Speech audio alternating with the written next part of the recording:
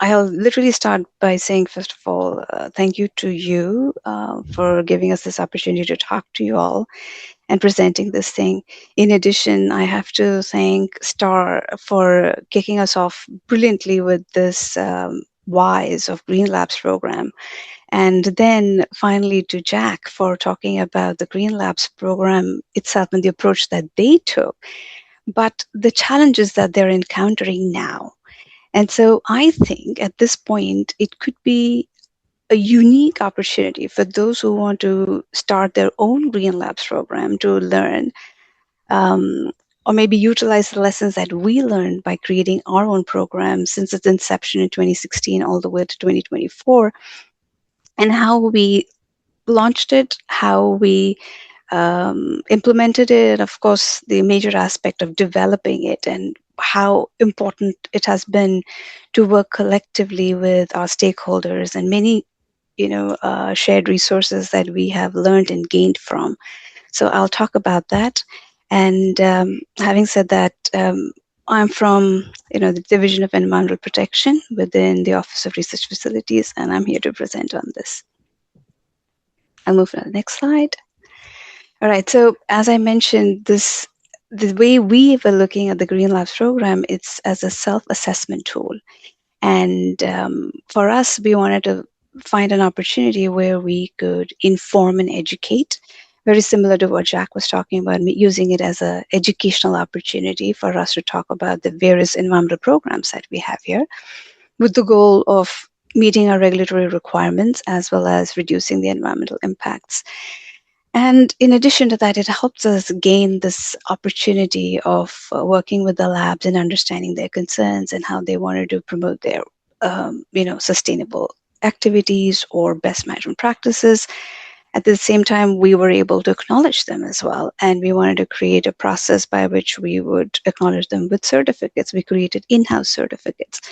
And it became an annual process of receiving feedback from our customers, which happens to be our lab staff, and polishing and making our program better. So I'm trying to capture a few key important aspects with our program that we learned over the years. The importance of establishing a timeline and how and when we develop, when we launch, and when we close. The timing is very important. We realized it for the purposes that we were trying to achieve. The importance of involving and engaging our stakeholders throughout the program management and how it is critical to build these relationships, partnerships with them. Ultimately, keeping the senior leadership in the loop of things through results, sharing the results and creating some sort of a friendly competition. So as Jack also mentioned the timeline, and I wanted to emphasize that it's very important that we talk a little bit about it. Of course, when you are conceiving this as an idea, it will take much longer for one to execute it. Once that program is developed, you have these assessments or your statements within the assessments ready.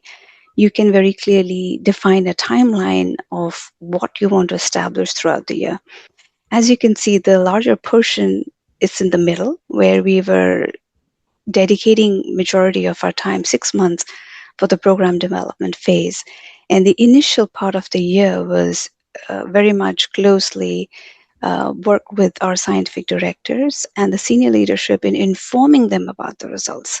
It was a very key strategy that we took because it helped in creating a goal or setting an objective for them, for their institutes, and closing the program at the end of the year, again, by the 3 months open period.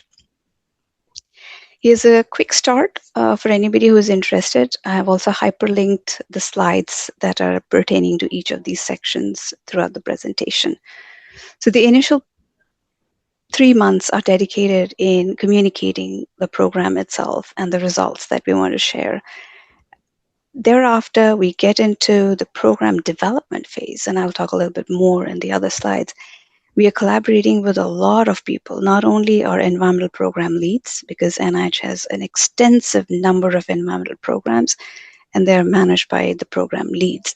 But in addition, we are also working with the lab staff who are our stakeholders. And of course, the IT, because we want to launch this online program. And lastly, when we open the program, it's open for a stipulated number of months. It's not increased. It is specifically designed. We have established a branding with that. And the amount of work that goes in, I will talk more about it in our building partnership slides. So the second most important thing is involving and engaging your stakeholders throughout this period. And before I even get started, I have to thank My Greenlab. They are the pioneers who started this thing. We adapted their structure and we modified it for our purposes because NIH has a lot of environmental programs. And so we developed an in-house Green Labs program. We did not use their programs nor certification because it was very expensive at that time for us. And we wanted to create something in-house because we had all of these programs here. If you follow through this thing, we involve the stakeholders throughout the process from development to outreach and communication, implementation, evaluation, and improvement. It has become a cyclical loop for us where they have been actively involved. Even today, they're actively involved and they became our champions, our leads who actually took the program way beyond I would have done. And this is the framework that shows with arrows the kind of subtasks that we had to also continue to get to that level. Now we'll deep dive a little bit about the components of the program itself. What all programs did we consider? And I saw Star also mentioned it. Jack also mentioned it. The programs, typically we are trying to reduce energy consumption and we're trying to save money. This is a very key aspect along with reducing our environmental impacts. So we are looking for programs where we could benefit from these things. And I've listed a few that are here that have been the core elements of the program itself, starting with waste management and recycling. We also have freezer management, cold storage that they were talking about, energy and water conservation approaches, sustainable procurement, communication, and outreach, because it's important that we have a process by which we continue this thing. And so we have meetings, we have lots of avenues for presenting through different media tools. We created these statements with the help of the program leads and the labs, as I mentioned, and many of them were driven by regulatory requirements. Some of them were driven by best management practices where we were saving money. And we used the IT's help to create it online on our SharePoint site to ensure confidentiality. And finally, again, we tested our program before we launched it out with the help of our lab staff. And so here is a screenshot of the Green Labs program statements that we have. This is how we wrote, for example, the green general waste management. I don't expect you to read this one, but a detailed version of this one will help you understand. For instance, this is a particular question we want to emphasize. We would say we dispose of uncontaminated, non-recyclable lab wares, and we would hyperlink the additional information where somebody could find that information. In other words, we were spoon-feeding them so that they look at it, but at the same time learn about it in the process and receive a credit for responding to the questions correctly. We created it like this, very similar to My Green Labs, but the hyperlinking became something that I really, really liked from their structure, and we were able to incorporate it within ours, and that helped us in educating our folks. The third aspect is building trust and partnership with stakeholders. It doesn't happen in a day. It took me years and years of working with so many people who ultimately became our volunteers and the Green Labs champion. And then they became the extension of the program within their institutes. Within NIH, we have nearly 27 institutes. Each institute has their own top leader, is designated as a scientific director. That's the senior leadership at the organizational level. And in the middle, we have the community of principal investigators, lab researchers, staff scientists, etc., etc. So once we had these Greenlab's champions, and that's the core in the yellow color, again, through years and years of relationships and rapport that we were able to build, they became the voice of the program, and they communicated within their community, which is the second circle. And ultimately, it went to the senior leadership and those who were interested, who had time. Being a voluntary program, it was something that needed a lot more effort. It was not a required thing. And so, as you can see, it is a multi level, multi pronged approach happening on a daily basis where I'm not, I'm not the only one coordinating, but I'm coordinating with everybody, and they are also exchanging this ideas, concept, the way Jack mentioned about the shared community, the shared experiences that we have. We are learning from one another, and we're devising solutions for challenges that we are encountering. So this is perhaps one of the most important takeaway messages that I would like to share with you all, that building these relationships literally help anybody and everybody, in promoting the program, um, not only through participation, but also taking it above and beyond NIH. We have been able to participate at international conferences, including the International Institute for Sustainable Labs.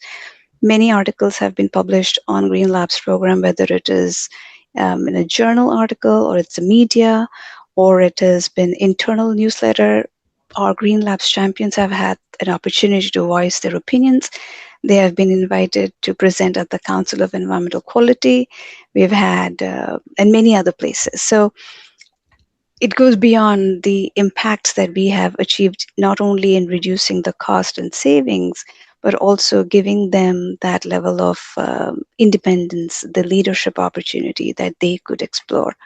So this has been very helpful. When we get into the development stage and the launching stage, we also have to, execute it. And for executing it, we also have to have a way of conducting an outreach. This is just an example of the outreach that we conducted. And this is a flyer that was created by our team.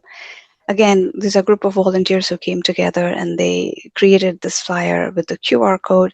Not only was it shared online, even in the television, any majority TVs across our campuses, as well as meetings and websites. We have several media platforms that we can use to conduct outreach and communicate about the program. So we did that.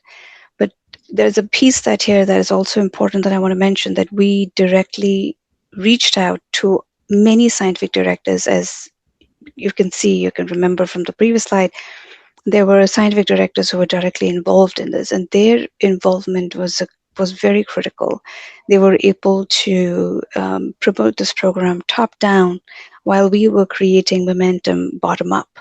And so we all met together at that common sweet spot in gaining momentum for these labs. And the last but not least is the critical piece of sharing results. How we share results is so important, that can initiate or trigger a friendly competition.